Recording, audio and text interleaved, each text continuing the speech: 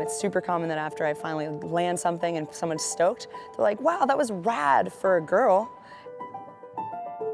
It's a bummer because it re-puts a limit on what I'm capable of and reminding me that I'm still subpar to something else.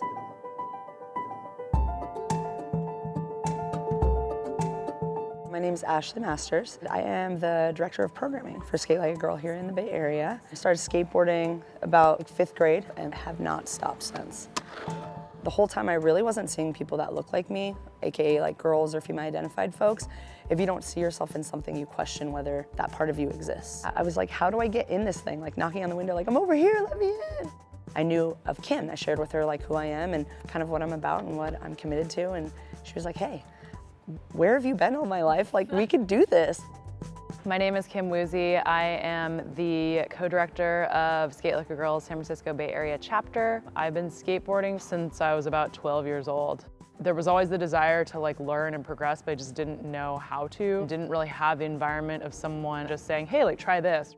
I ended up moving back up to the Bay Area and reconnected with Skate Like a Girl. Oh, there you go.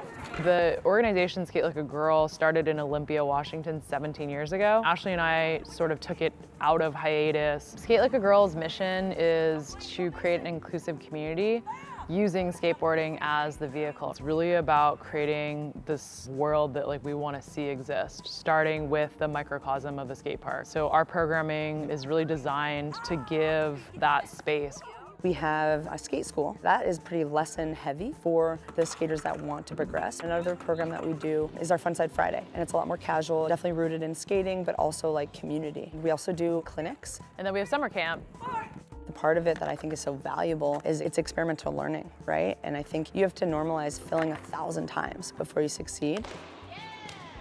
As the director of programming, I'm like helping somebody at one of our clinics, and before they even get on the board, I get a little insight of what's going on in their head. And we'll get a lot of young girls that are like, I'm not gonna be very good at this. And to me, that already shows me like where they're at in terms of how they understand themselves and their belief in themselves. It is actually pretty hard. I mean, it's a piece of wood with 4 wheels. There's the ground, right? That's hard, and there's gravity. But even if you learn really small things, that sense of accomplishment and achievement and power to be able to take that out, you know, into your life, I think is one of the most powerful things that we continue to see. Yes, we're teaching skateboarding, but it's really not about the results on your board. Oftentimes people just come because they want to be a part of a community.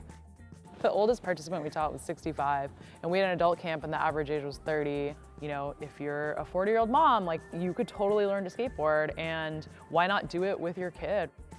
For a young boy, right, to learn from an expert female skateboarder, that really like shifts the narrative in society of like what women are capable of or what's possible. Skate like a girl or play like a girl or, oh, you throw like a girl. It came from a negative perspective of putting people down and reclaiming it and being like, oh yeah, like I want to skate like a girl.